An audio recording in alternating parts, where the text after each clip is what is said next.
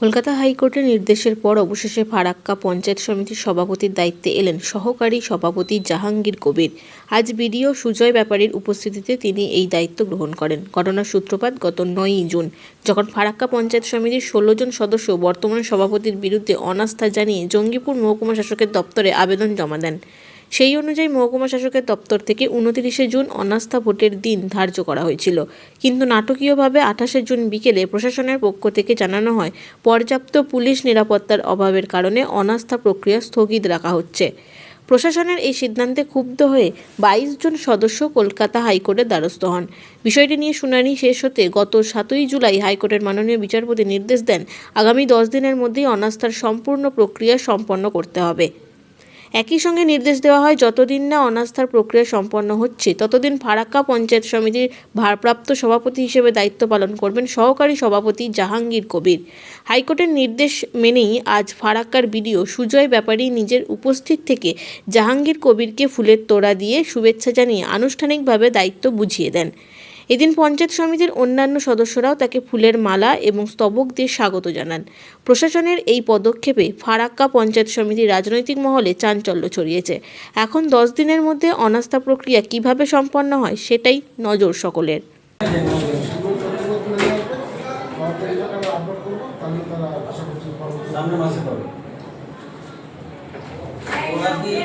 লিস্টে যাদের নাম আছে যাদের লিস্টের নাম আছে তাদেরই বাড়ি যাচ্ছে, যাদের লিস্টের নাম নেই তারা কি করবে? তারাই মধ্যে তারা একটু ধৈর্য রাখবে। 30 তারিখের পর অ্যাপ্লাই করলে তাদের পরে হবে। 30 তারিখের মধ্যে যারা অ্যাপ্লাই করেছে 30/6/2000 তাদের সামনে মাসে হয়ে যাবে। তাদের সামনে মাসে মানে ওই লিস্টের মধ্যে তাদের নাম আছে। ওইগুলো যাদের টাকা টোকেনি সেগুলোই এখন ইনকোয়ারি হচ্ছে। বলা লাগতো না করে বলে না প্রথম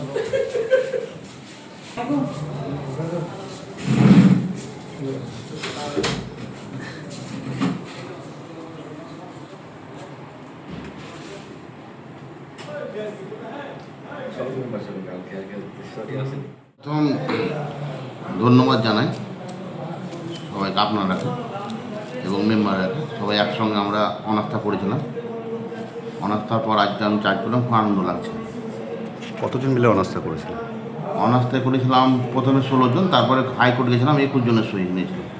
হাইকোর্টের রায় কি দিয়েছিলেন? হাইকোর্টে আর 10 দিনের মধ্যে সব প্রক্রিয়া শেষ করতে হবে বলেছে। এখন পর্যন্ত কি পরিস্থিতি রয়েছে? এখন পর্যন্ত জানি না, কিন্তু শুনেছি যে সভাপতি আপনার রিজাইন করেছে, তার জন্য 7 তারিখ না 8 তারিখ 7 তারিখ করেছিল বলেছে। আজকে আপনাকে চার্জ দেওয়া হলো, আগে সহকারী সভাপতি ছিলেন, এই যে নতুন সভাপতির চার্জে বসলেন, কেমন লাগছে? খুব আনন্দ লাগছে। ফরাক্কাবাসীর উন্নয়নের জন্য কি ভাবনা চিন্তা করবেন? ফরাক্কাবাসী উন্নয়নের জন্য আমি তো 12 বছর আগে থেকে মেম্বার, উন্নয়ন করার যত চেষ্টা করব, পাশে থাকা ফরাক্কাবাসী। আপনার নাম? আমার নাম জাহাঙ্গীর কবির।